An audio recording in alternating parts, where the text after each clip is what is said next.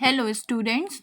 So today we will discuss physics shift to 21st January 2026. Okay.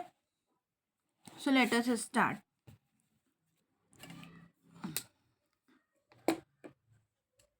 Mm, so question number 1 we will discuss. Question number 1 is start from circuit analysis. Okay. So question 1 says in a circuit there is a battery with internal resistance small r and EMF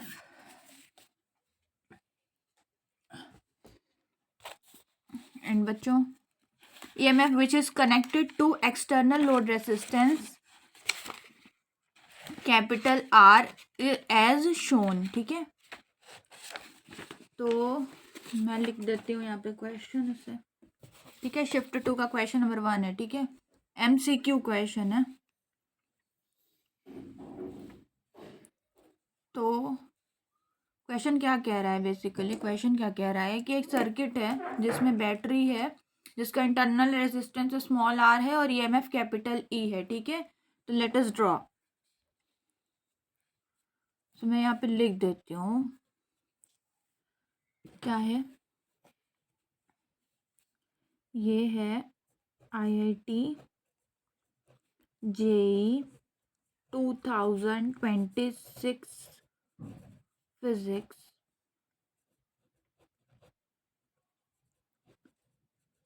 paper analysis.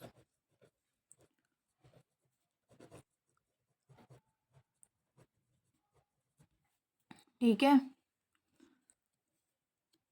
Then क्या है, shift 2 है ये बच्चों, shift 2 है. आप अपने question paper में देखिएगा, ये शिफ्ट 2 है. शिफ्ट 2 किस डेट का है? 21 जनवरी 2026. ठीक है, तो हमारा क्वेश्चन क्या था, बेसिकली मैं डायरेक्ट फिगर ड्रॉ कर देती हूँ. सिंपल सा ये EMF था, ये स्मॉल r है, ये कैपिटल E है और है यहाँ पे एक रेजिस्टेंस लगा हुआ है कैपिटल R का. तो कुछ इस तरह से ही फिगर था. ठीक है, इसमें क्या है कि small r internal resistance, EMF capital E. ठीक है, जो कि connected external load resistance capital R. Find value of R so that maximum power dissipates across capital R. ठीक है बच्चों, तो यहाँ पे वही 4 ऑप्शन दिए हैं. अब हमें फाइंड करना है. ठीक है, तो हम कैसे फाइंड आउट करेंगे इसको, इस क्वेश्चन को हम कैसे सॉल्व करेंगे? तो चलिए देखिए, इस क्वेश्चन में हमें कुछ नहीं करना है, बस हमें क्या करना है कि वैल्यू फाइंड करना है जिसमें मैक्सिमम पावर डिसिपेट होती है. तो मैक्सिमम पावर कैपिटल R में जब ट्रांसफ़र होती है, हम यहाँ पे यही डायरेक्ट लिख देते हैं, कुछ नहीं है इस क्वेश्चन में, बहुत ही सिंपल क्वेश्चन है. तो चलिए यहाँ पे लिख देते हैं मैक्सिमम पावर ट्रांसफ़र. ठीक है, मैक्सिमम पावर ट्रांसफ़र किस में, और कैपिटल R वो इंटरनल रेजिस्टेंस के बराबर होती है. ये सिंपल एक मेमोरी हैक है. इसका डिटेल एनालिसिस अगर आपको चाहिए तो आप कमेंट बॉक्स में मुझे अपना क्वेश्चन नंबर डाल के और लिख दीजिए कि एनालिसिस, नीड एनालिसिस या वांट एनालिसिस. ओके, तो मैं उसका डिटेलिंग कर दूंगी. अभी ये क्या है कि ये एनालिसिस सीरीज़ चल रही है, तो पूरे क्वेश्चन कंप्लीट करने ज़्यादा इम्पोर्टेंट हैं. पर फिर भी हम जो ये मेमोरी हैक के लिए है, ठीक है, कि हम क्वेश्चन देख के कैसे समझ सकते हैं. तो ठीक है, ये हमारा क्वेश्चन नंबर 1 हो गया. ठीक है बच्चों, आगे ब्लर तो नहीं हुआ है. ठीक है, क्लियर हो गया. तो ये हो गया. अब हम क्वेश्चन नंबर 2 में चलते हैं. क्वेश्चन नंबर 2 क्या कह रहा है कि रिफ्रैक्टिव इंडेक्स है बच्चों किसका, प्रिज्म का. क्या है, √2.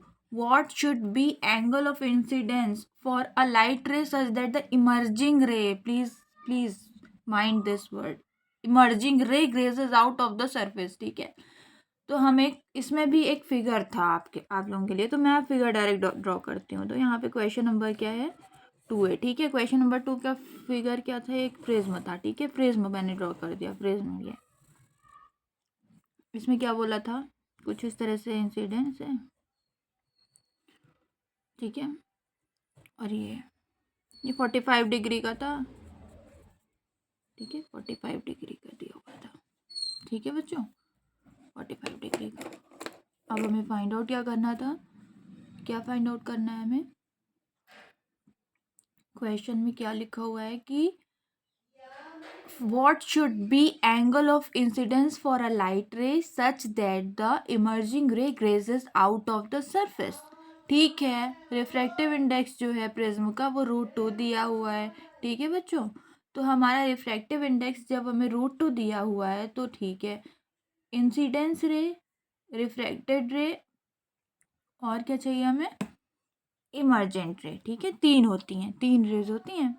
तो मैं अब इसको एक्सप्लेन ना करके मैं डायरेक्ट क्वेश्चन में आती हूँ बच्चों। तो हमें क्या होता है प्रिज्म के केस में, क्या होता है, R1 और R2, R1 और R2 क्या होते हैं, 90 डिग्री के होते हैं, ठीक है। और हमें रिफ्रैक्टिव इंडेक्स ही हमें प्रिज्म का √2 दिया हुआ है। तो म्यू क्या होता है by Snell's law, basically Snell's law, otherwise it can be change accordingly, okay. So R1, ठीक है बच्चों।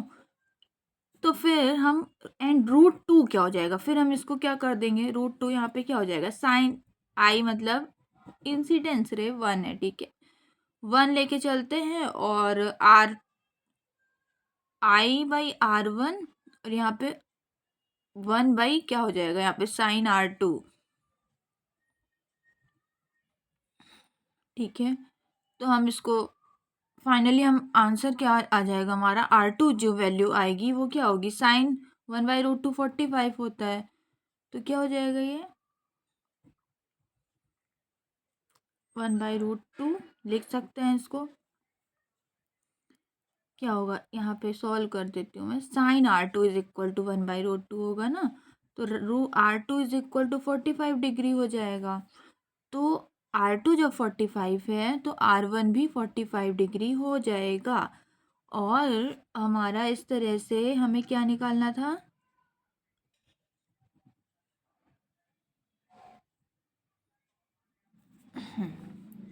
हमें फाइंड आउट क्या करना था बच्चों क्वेश्चन में, what should be angle of incidence. तो इंसिडेंस एंगल क्या होना चाहिए, है ना, इंसिडेंस एंगल क्या होना चाहिए, हमें ये फाइंड आउट करना था उस टाइम पे, किस टाइम पे, जब फॉर अ लाइट रे सच दैट जो इमर्जिंग रे है लाइट की वो ग्रेज आउट हो जाए, सरफेस से ग्रेज आउट होने के बाद, ठीक है बच्चों। तो हमारा ये क्या आ गया, 90 आ रहा है। तो जब I90 मतलब ये तो सिंपल है ना, तो कितना आ जाएगा,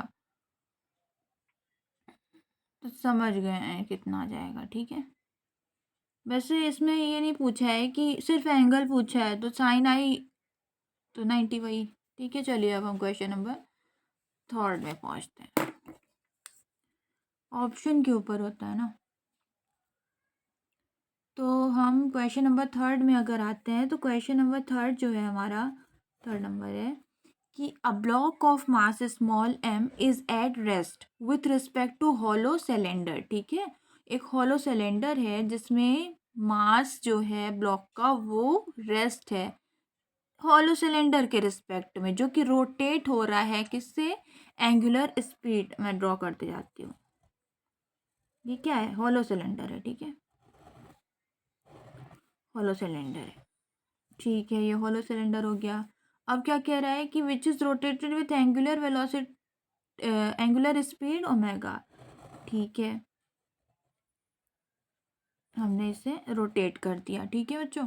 फिर रेडियस जो है कैपिटल R है। अब हमें मिनिमम कोफिशिएंट ऑफ फ्रिक्शन निकालना है, minimum coefficient of friction between which block and cylinder. Figure में मास यहाँ पे दिया हुआ है, ठीक है बच्चों, स्मॉल m। चलिए हम कैसे निकालेंगे, क्या निकालना है, मिनिमम कोफिशिएंट ऑफ फ्रिक्शन निकालना है, ठीक है बच्चों। तो मिनिमम कोफिशिएंट ऑफ फ्रिक्शन जो होता है, क्या आपको पता है कि उसका कोई फॉर्मूला भी होता है? हाँ होता है। अब हॉलो सिलेंडर के लिए हम क्या लेंगे, mu M omega square r, direct आ रही हूँ मैं, इसका एनालिसिस मुझे अगर नीड होगी तो आप बताइएगा, ठीक है। Mu minimum coefficient of friction, तो ये कुछ इस तरह से हो जाएगा, एम ओमेगा क्या है, एंगुलर स्पीड, और आर क्या है, ये रेडियस है, ठीक है, और ये वेट के इक्वल हो गया, वही बैलेंसिंग हो गया। अब म्यू जो होगा यहाँ पे क्या आ जाएगा, as per your option given, तो इसलिए हम इसको इस वे में सॉल्व कर रहे हैं, तो जी बाई क्या होगा, ओमेगा स्क्वायर आर, ठीक है। चलिए क्वेश्चन नंबर 4 में आते हैं। क्वेश्चन नंबर 4 क्या है, 4 बोल रहा है कि एक मीटर ब्रिज है बच्चों, जो बैलेंसिंग रेजिस्टेंस 30 और 20 ओमेगा, ठीक है। तो ठीक है, हम मीटर ब्रिज बना देते हैं। 30 ओमेगा है और क्या है, 20 ओमेगा है, जो कि कनेक्ट, अब ये सिंपल मीटर ब्रिज तो सभी से बनता होगा, मैं इसलिए ड्रॉ कर रही हूँ, अब आप समझ रहे होंगे क्यों ड्रॉ कर रहे हैं, ठीक है। तो ये हो गया पॉइंट बी, ठीक है, कोई दिक्कत नहीं है। यहाँ पे ये पॉइंट हो गया पी, यहाँ पे गैल्वेनोमीटर लगा दें, ठीक है। ये हो गया पॉइंट पी, ठीक है, कोई दिक्कत नहीं। ये हो गया वी, वी क्या है, वोल्टमीटर, ठीक है। अब हमें फाइंड आउट क्या, कुछ नहीं है, सिंपल खत्म क्वेश्चन है एकदम, इसमें कुछ भी नहीं है, बताऊँ तो डायरेक्ट फॉर्मूला अप्लाई करना है। 30/20 कितना, कितना फॉर्मूला पता है आपको, एल लेंथ है, 100 माइनस एल है, सिंपल, कितना आ जाना है, एल इज इक्वल टू 60, खत्म। चलिए क्वेश्चन नंबर 5 में आइए। 5 क्या कह रहा है,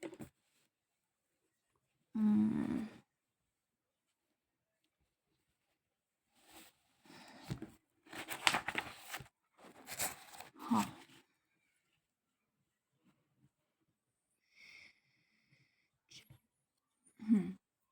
ठीक है बच्चों। चलिए 5 क्या कह रहा है, क्वेश्चन नंबर 5 कह रहा है कि एक टू स्फेयर्स हैं, ठीक है, टू स्फेयर्स हैं having equal mass small m, direct draw करते हैं। क्या है, टू स्फेयर हैं, किस तरह से हैं, कुछ इस तरह से हैं, ठीक है, टू स्फेयर्स हैं। अब क्या बोल रहा है, मास एम है, चार्ज क्यू है, रेडियस आर है, मूव हो रहे हैं towards each other, both have speed u at an instant when distance between their centres is 4r, minimum value of u so that they touch each other is what, ठीक है। तो हम draw कर देते हैं, आपको ये फिगर दिया हुआ है, ये हमने ड्रॉ कर दिया कुछ इस तरह से। ये क्या है, ईच अदर बोला है ना, यू है, ये वेलोसिटी है यू, ठीक है, स्मॉल एम क्यू आर है, ठीक है, और ये क्या है, स्मॉल एम क्यू आर, ठीक है, कोई दिक्कत नहीं है। कैपिटल 4 आर है, अब क्या दिक्कत है, क्वेश्चन में कुछ नहीं, खत्म क्वेश्चन है। चलो अब डायरेक्ट हमें क्या करना है, अप्लाई करना है, क्या क्या अप्लाई करना है, हमें पूछा क्या है, पहले तो यही पता होना चाहिए, minimum value of u so that they touch each other, ठीक है, मिनिमम वैल्यू, तो कुछ नहीं करना है, मिनिमम वैल्यू के लिए हम law of conservation of energy लगाएंगे। क्या होता है conservation, law of conservation of energy क्या होता है, हाफ एम वी स्क्वायर है ना, यहाँ पे 2 हैं तो 2 2 हो जाएगा, है ना, एम यू स्क्वायर, और क्या हो जाएगा, प्लस काइनेटिक एनर्जी होगा ना, के q square by 4r, k q square by 2r, then m u square is equals to k q square by 4r, simple, ठीक है।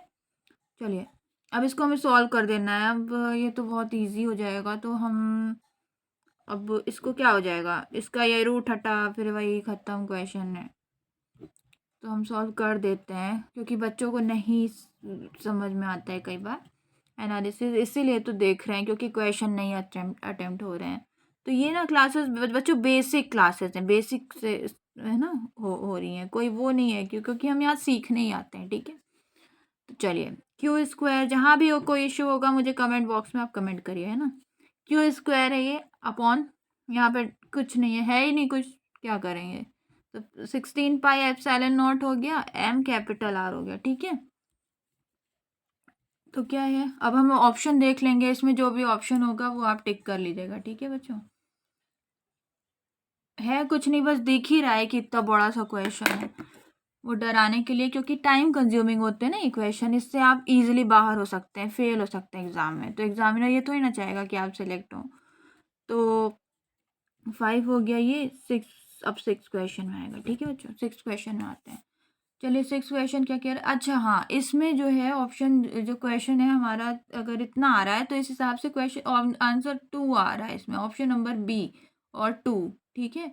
तो चलिए क्वेश्चन नंबर 6 में आते हैं, जिसमें RMS जो दिया हुआ है, रूट मीन स्क्वायर जो है स्पीड है H2 और O2 की, वो सेम है, ठीक है। अगर टेम्परेचर O2 है गैस का, टेम्परेचर O2 मतलब ऑक्सीजन, ठीक है, गैस का ऑक्सीजन का कितना है, 23 डिग्री सेल्सियस है, ठीक है। 23 डिग्री सेल्सियस किसका, O2। अब हमें H2 का टेम्परेचर फाइंड आउट करना है, ठीक है, टेम्परेचर फाइंड आउट करना है, तो हम कैसे करेंगे, यहाँ पे अब ऐसे लिखा है तो ऐसे ही सजा के लिख देते हैं, ठीक है, ताकि कोई डाउट ना हो, ठीक है, ऐसे लिख दिया हमने। चलो अब ये भी डायरेक्ट फॉर्मूला बेस्ड क्वेश्चन है, root mean square V is equals to what, 3RT/m, क्योंकि क्वेश्चन इस वे में पूछा है, तो V क्या हो जाएगा, V √3RT/m। अब इसको हम उसके अकॉर्डिंगली एडजस्ट कर ले, है ना। तो हमें टेम्परेचर फाइंड आउट किसका करना है, TH2 का करना है, ठीक है। हमें दिया क्या है, TO2 दिया है, होता क्या है MH2/MO2, सिंपल। अब हमें टेम्परेचर O2 का कितना है, 23 डिग्री सेल्सियस है ना। कितना हो जाएगा, 1/16, इसको हम लिख देंगे, है ना। अब यहाँ पे हम डायरेक्ट लिख देते हैं 296, है ना, कोई दिक्कत नहीं, कोई दिक्कत नहीं, कैसे आ रहा है कोई दिक्कत नहीं है, TH2 है। अब हम क्या होगा, 18.5 केल्विन। अच्छा मुझे बताइएगा फॉर्मूला फ़ारेनहाइट के साथ सेल्सियस के साथ क्या रिलेशन होता है, ठीक है, कमेंट बॉक्स में कमेंट करके क्वेश्चन नंबर डाल के बताइएगा मुझे, हाँ। मैं देखूं कि क्या आप समझ पा रहे हैं या नहीं। चलिए क्वेश्चन खत्म हो गया, क्वेश्चन नंबर 7 में आते हैं। एक सर्किट है, ठीक है, सर्किट अरेंजमेंट है क्वेश्चन नंबर 7 में, फिर से सर्किट का क्वेश्चन। फाइंड करना है चार्ज, ठीक है बच्चों, चार्ज फाइंड आउट करना है, किसका चार्ज फाइंड आउट करना है, चार्ज किसका करेंगे, कैपेसिटर का, स्टेडी स्टेट में, ठीक है। 7 यहीं पे बना देते हैं, डायग्राम थोड़ा बड़ा है पर आपको क्लियर समझ में आ जाएगा, थोड़ा जूम कर देते हैं। चलिए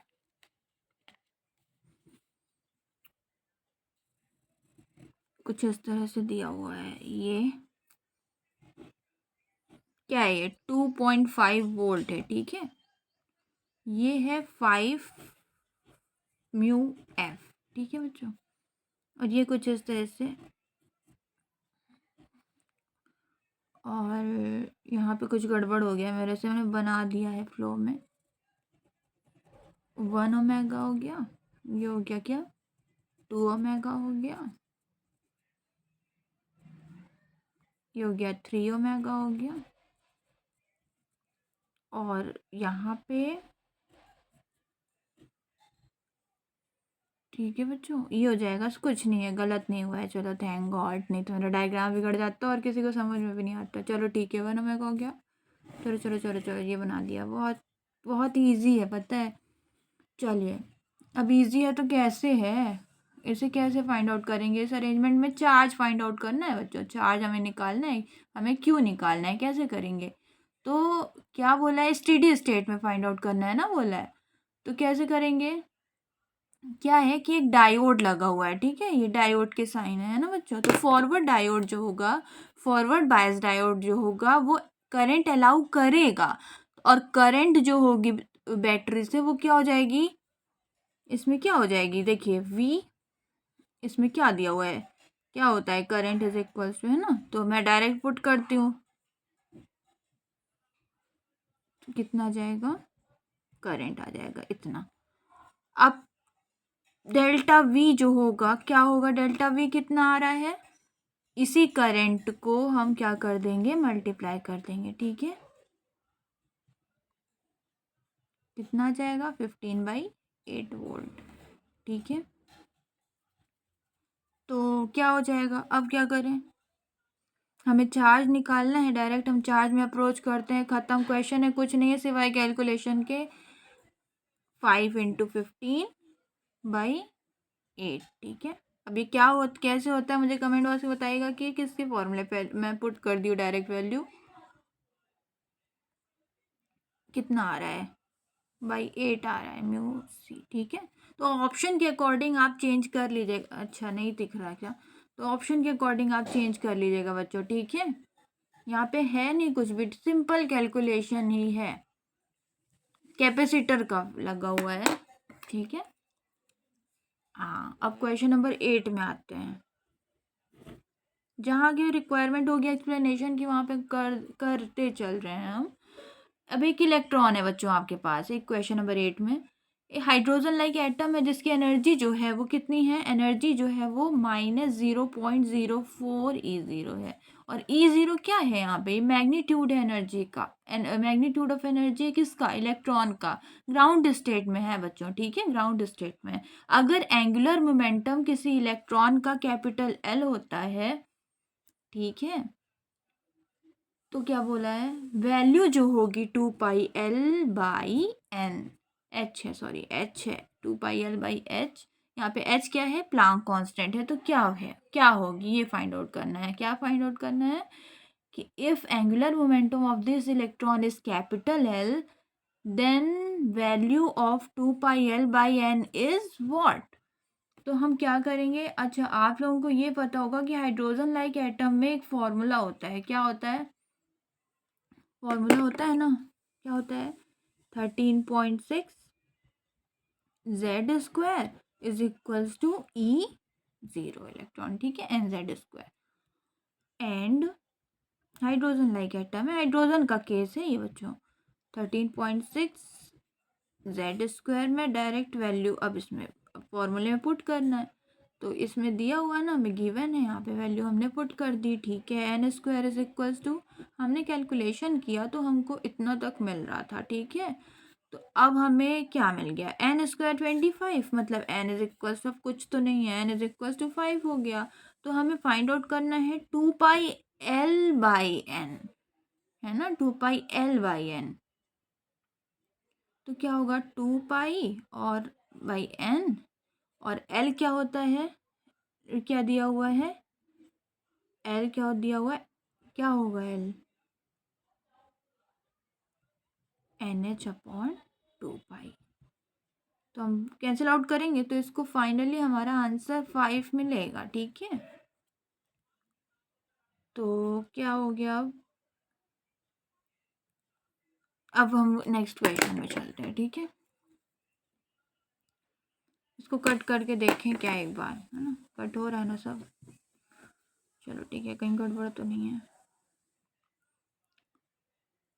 और अब हम क्वेश्चन नंबर 9 में आते हैं,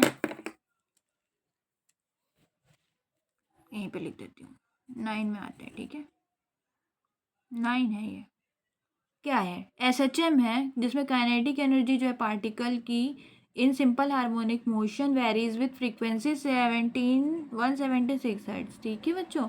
find out frequency of SHM of the particle. अब हमें SHM की फ्रीक्वेंसी फाइंड आउट करना है, तो बेसिक कॉन्सेप्चुअल है ये क्वेश्चन बच्चों, तो आपको पता होना चाहिए, या हमें नहीं भी पता है तो हमें पता ही होगा, ये ऐसा मान के चलना है क्योंकि हम एग्जाम देने बैठे हैं, ठीक है। तो kinetic energy varies with twice the frequency of simple harmonic motion, ठीक है, ये तो कॉन्सेप्ट है, क्या बोला मैंने, kinetic energy varies with twice the frequency of simple harmonic motion, ठीक है।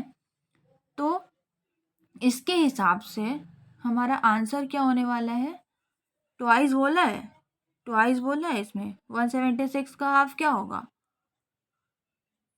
88 होगा, और ये है आपका ऑप्शन नंबर 3, इसमें टिक हुआ, ठीक है।